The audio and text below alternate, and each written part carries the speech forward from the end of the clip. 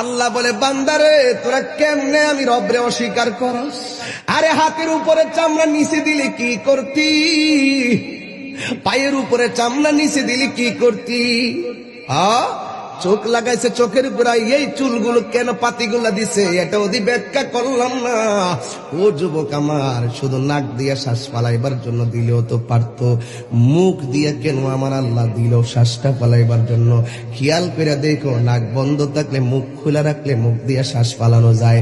রাতের বেলা ঘুমাইয়া মুখটা মনের অজান্তে বন্ধ হয়ে গেলে আবার ফেরেশতারা নাক দিয়া শ্বাসটা ক্লিয়ার করে দেয়। এমন কোন অঙ্গ নাই যে অঙ্গের জন্য ফেরেশতা নিযুক্ত নাই।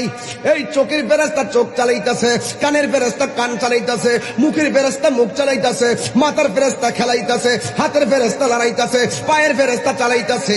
এমন একটা সময় আসবে হাতটা মৃত্যুর আগে পাওগুলা অচল হয়ে যায়, 1 ইঞ্চি সামনে